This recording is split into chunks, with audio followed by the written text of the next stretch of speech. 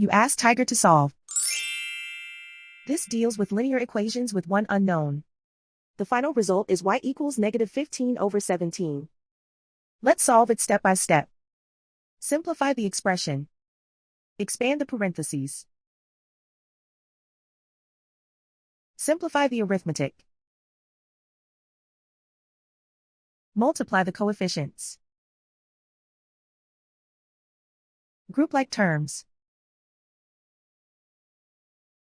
Combine like terms. Group all constants on the right side of the equation. Add 16 to both sides. Simplify the arithmetic.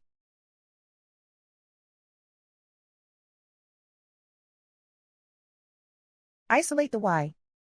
Divide both sides by -17. Cancel out the negatives. Simplify the fraction. Move the negative sign from the denominator to the numerator.